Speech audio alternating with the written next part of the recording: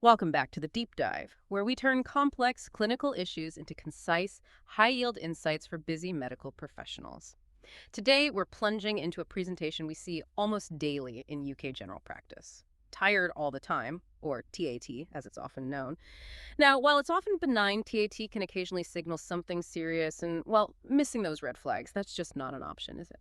Our mission today is to give you a practical, evidence informed approach based on NHS and UK-based primary care guidance. We're going to break down how to handle TAT efficiently without missing what truly matters. So, in a nutshell, we'll cover how a focused history can be your first and, frankly, most powerful diagnostic tool. We'll look at the common culprits behind fatigue, what initial investigations are really necessary, those critical red flags that demand escalation, and then a multifaceted approach to management.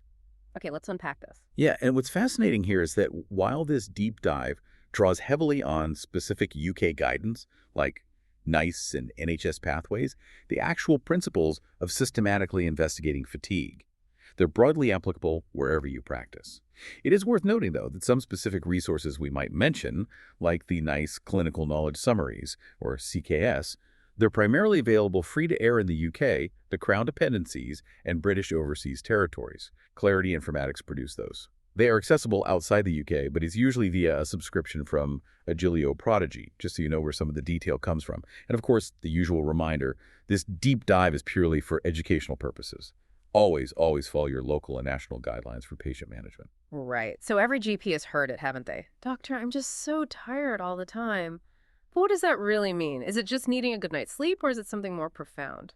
Let's try and peel back the layers a bit. How do we define this thing we call fatigue? Well, that's the first hurdle, isn't it? It's so subjective. GP Notebook defines it as a subjective malaise and exhaustion, either during or after usual activities, or maybe feeling you just haven't got adequate energy.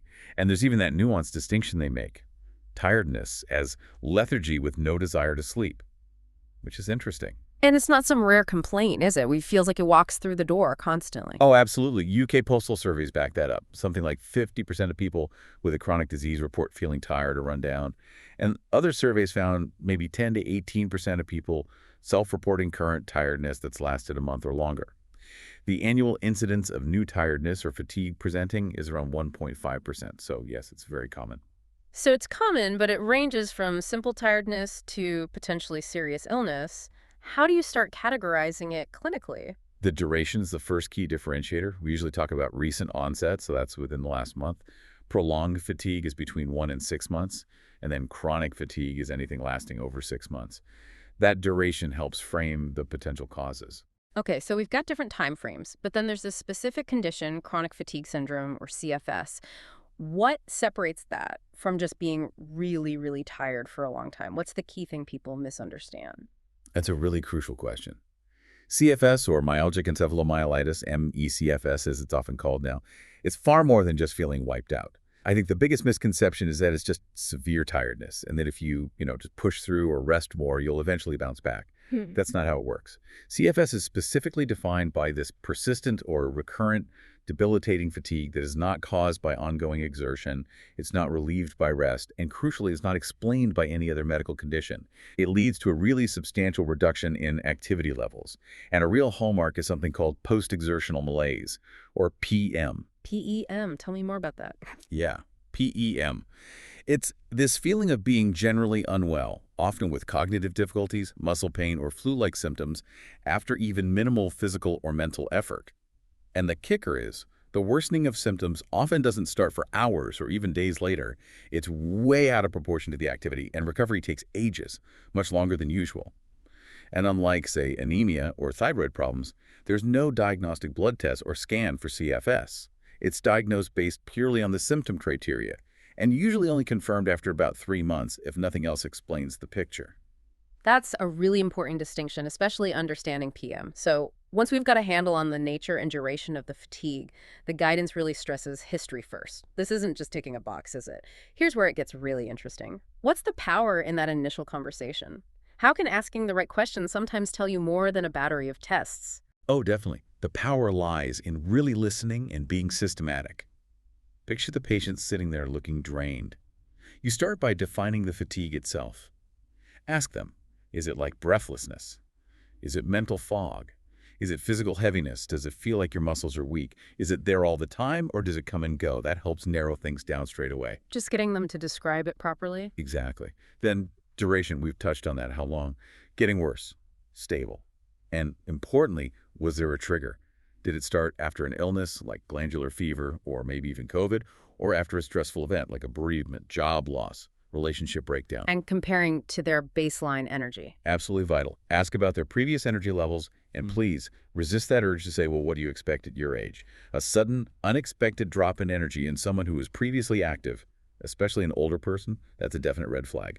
Needs proper looking into. Okay. What other associated symptoms are key? You need to ask about sleep quality, duration. Is it unrefreshing? Yeah. Broken sleep? Or are they sleeping too much hypersomnia? How's their mood? Any symptoms of depression or anxiety? Lifestyle factors are huge. Alcohol, caffeine, work hours, carrying responsibilities, shift work messing with their body clock, and medications. Always check for new drugs, change doses. Beta blockers are a classic for causing lethargy. And don't forget to ask, sensitively of course, about illicit drug use stimulants like amphetamines or cocaine can lead to crashes. Cannabis can cause a motivation. Even some natural remedies can have side effects. Right. A full medication review, including over-the-counter and alternative stuff. Definitely. Then you do a systematic review of systems. Ask about weight and appetite, up or down. Weight gain might be comfort eating, sure, but unexplained weight loss is a big red flag. Think depression, systemic disease, thyrotoxicosis, even malignancy. Ask about urinary symptoms needing to pee more often or at night. Could be diabetes or chronic kidney disease. For women, ask about periods, heavy periods, menorrhagia can cause iron deficiency anemia, or could they be pregnant? That's a common cause of tiredness. Bowel habit changes. Sluggishness can happen in depression, but changes like bleeding could point towards malignancy or anemia from blood loss. It's a real head-to-toe inquiry, isn't it? It has to be. And finally, sometimes the most revealing question is the simple open one. Is there anything you think might have caused all this? You'd be surprised what people tell you when asked directly and empathetically. They might have been hesitant to mention a major stressor. It's fascinating, though, that apparently only a minority of patients presenting with fatigue actually have a serious underlying physical cause. So the history is really about finding those few, right? Sifting them out. Precisely. The history is your main filter. It helps you decide who needs urgent investigation and who might have, say, lifestyle factors or psychological issues playing a bigger role. So once you've built that picture, you start thinking about the common causes. The guidelines often break them down. Firstly, there are straightforward physiological causes. Things that aren't strictly illness. Exactly, like pregnancy, breastfeeding, simply not getting enough rest or sleep, maybe even over-exercising, or conversely, being very sedentary. Okay, makes sense. Then the physical illnesses. Yes, the physical causes. The big ones we often test for first in primary care are anemia and thyroid dysfunction, especially hypothyroidism. But the list is long. Chronic conditions like diabetes, Addison's disease, chronic kidney disease, liver failure, celiac disease, infections like glandular fever, or even things like carbon monoxide poisoning, maybe from a faulty boiler. And long COVID is definitely on that list now too. Obstructive sleep apnea, OSA, is another important one. Malignancy can present with fatigue, but usually, as we said, it's alongside other more specific symptoms when the disease is more advanced. Fatigue alone as the only sign of cancer is less common. And psychological causes. They must be common, too. Oh, incredibly common. Psychological or psychosocial causes like depression, anxiety, bereavement, chronic stress. These are major contributors to fatigue. Sometimes they're the primary cause, sometimes they coexist with a physical issue, and then there are precipitating factors. Sometimes a specific event kicks it off, a bad viral infection like flu, or maybe a big life stressor like problems at work, family issues, money worries. The fatigue just lingers afterwards. That GP notebook statistic is interesting, that 80–85% of causes are apparent after the first GP chat. That really hammers home the value of that initial history, doesn't it? It really does. Yep. But for that, say, 15–20% where it's not immediately obvious or where there are worrying features, that's when we move to investigations. Yeah. But critically targeted investigation. Right, not just the scattergun approach. So what are the recommended initial tests based on UK guidance, like? Okay, the standard baseline screen usually includes a urinalysis, just a dipstick test for glucose and protein, screening for diabetes and kidney problems. Then full blood count, FBC, essential for anemia. If that shows macrocytosis, then you might check B12 and folate, but they're not usually recommended routinely for all fatigue patients. Urea and electrolytes, UNEs, and creatinine for kidney function. They can sometimes pick up odd things like low potassium, maybe from laxative abuse if someone isn't telling you. Liver function tests, LFTs, are a good baseline. The pattern might hint at alcohol issues, perhaps subclinical hepatitis or even metastatic disease, though that's less common. Thyroid function tests, TFTs, maybe not routine in younger people unless the history is really suggestive, but definitely worth doing in older patients where thyroid issues are more common. HbA1c for diabetes screening, and CRP or ESR as general markers of inflammation. So that's the core panel. Are there other tests you'd consider depending on the person? Yes, depending on the clinical picture. If celiac disease is suspected from the history, maybe gut symptoms, family history, you do an IgA tissue transglutaminase test. Serum ferritin is worth considering in menstruating women, even if the FBC is normal. Low iron stores can cause fatigue, although the evidence for treating based on low ferritin alone without anemia is still a bit debated. Vitamin D deficiency is common, especially in those who are housebound, have poor diets, darker skin, or gut absorption issues. And then, if risk factors are present in the history or examination, you think about HIV, hepatitis serology, or TB testing. Okay. And crucial to all this are the red flags. What are the absolute non-negotiables that mean you need to escalate things quickly? Right, these are the things you cannot afford to miss. Significant unexplained weight loss is a big one. Any lymphadenopathy, swollen glands that feel suspicious. Non-tender, firm, hard, bigger than 2 centimeters, growing, especially in the neck, supraclavicular, or armpit, axillary. Any other signs suggesting malignancy? Coughing up blood, hemoptysis, difficulty swallowing, dysphagia, rectal bleeding, a new breast lump, unexpected vaginal bleeding after the menopause, postmenopausal bleeding. Any focal neurological signs like weakness in one limb, facial droop, speech disturbance, symptoms suggesting inflammatory arthritis or vasculitis, things like giant cell arteritis, polymyalgia rheumatica, or other connective tissue diseases. And definitely symptoms or signs of significant cardiorespiratory disease.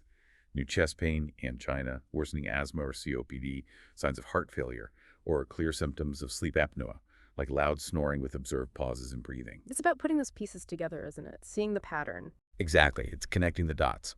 You escalate. If the fatigue remains stubbornly unexplained despite initial checks, if any of those blood tests come back significantly abnormal, or if any red flag symptoms pop up, that might mean referral to secondary care, depending on the suspected cause, maybe hematology, endocrinology, rheumatology, respiratory for sleep studies, or even oncology via fast-track pathway if cancer is suspected. Right. It sounds like the goal isn't just finding a cause, but making absolutely sure you haven't missed a serious cause amongst all the common, less worrying ones. So once you've done the history, maybe some initial tests, ruled out the immediate red flags. How do you actually manage the patient, especially if a clear cause isn't immediately obvious or if it's something chronic like CFS? So what does this all mean in practice? Management really needs to be holistic. And the first thing is, take the patient seriously. Validate their experience. Feeling dismissed is awful and counterproductive. They shouldn't feel like a time waster. Then you address any reversible factors you've found. Physically treat the anemia, get the thyroid levels right, optimize diabetes control, manage heart failure. If ferritin is low in a menstruating woman, even without anemia, a trial of iron might be reasonable. Address things like respiratory failure or OSA weight loss can be really helpful for OSA, for instance. And the psychological side. Hugely important. Yeah. Manage any underlying depression or anxiety. Psychological distress often goes hand in hand with fatigue. Sometimes a trial of an antidepressant might be considered, even if depression isn't severe, but mainly you need good psychological support. And provide lifestyle advice. Talk about sleep hygiene, diet, exercise appropriately, stress management, work-life balance. Address alcohol or drug misuse if that's relevant. Even just having an empathetic discussion about unavoidable life stressors can be therapeutic. Okay. And what about specifically for chronic fatigue syndrome, ME/CFS? You said there's no cure, so what does management involve? For ME/CFS, the focus is on self-management with support, offered from a specialist CFS-ME service if available. The absolute core is energy management. This is key. It's not about pushing through the fatigue. It's a personalized, flexible approach to activity that includes physical, mental, and emotional activity, aiming to stay within the person's energy limits to avoid triggering post-exertional malaise, PEM. Activity is never automatically increased. It's about finding a sustainable baseline and making small adjustments. This should be led by the individual, often with guidance from an OT or physio experienced in ME/CFS. So definitely no graded exercise therapy then. That used to be recommended, didn't it? That's a crucial point, and a definite change in recent years based on NICE guidance. Graded exercise therapy, GET, which involved fixed increments in physical activity regardless of symptoms, is no longer recommended for ME/CFS. In fact, unprogrammed exercise, like just deciding to go to the gym or for a long walk, can often make symptoms much worse and trigger significant PM. So that needs to be avoided. What about things like CBT? Cognitive behavioral therapy, CBT, can be helpful, yes. But it's important to be clear about its role. It's not a cure, but it can help people manage the symptoms and the distress of living with a chronic condition. It helps develop coping strategies and understand the illness better. It's about adapting, not pushing through. And for people with very severe ME/CFS? They need much more support. More frequent reviews, maybe input from occupational therapists and physiotherapists to develop very careful energy management plans, possibly help from dietitians if eating is difficult or weight is a concern. Practical support at home is often vital too. And for everyone with ME/CFS, having a plan for managing flare-ups or relapses is essential. Knowing to temporarily reduce activity, monitor symptoms carefully, and only gradually return to baseline once the flare-up settles is key to long-term management. And follow-up is important for everyone. Absolutely. Safety netting and planned review are vital. If no cause is found after initial assessment and tests, reassure the patient that fatigue often resolves spontaneously, but agree on a plan for review. For adults diagnosed with CFS-ME, NICE recommends a review in primary care at least once a year. For children and young people, it's more frequent at least every 6 months, ideally by a pediatrician with expertise in CFS-ME because it can significantly impact development and education. Okay, so what's the overall outlook? Does tired all the time usually get better? The prognosis is really variable. The good news, as mentioned in the patient.info source, is that for many people presenting with tiredness in primary care, perhaps a third to a half, it does resolve within a year. There are factors linked to better or faster recovery. Being male seems to be one, having less severe or shorter duration fatigue initially, not expecting it to become chronic, being in better general health otherwise, having lower pain levels. Also, things like not having caring responsibilities, having good social support, better baseline mental health, and perhaps being more willing to consider psychological factors might play a role in recovery. That's quite a range, but it sounds like for many it's about adaptation and management rather than a simple cure, especially for established CFS-ME. It really highlights that the wide range of causes and the subjective nature of fatigue mean that active listening, being systematic, and showing empathy are just as vital as any blood test or scan.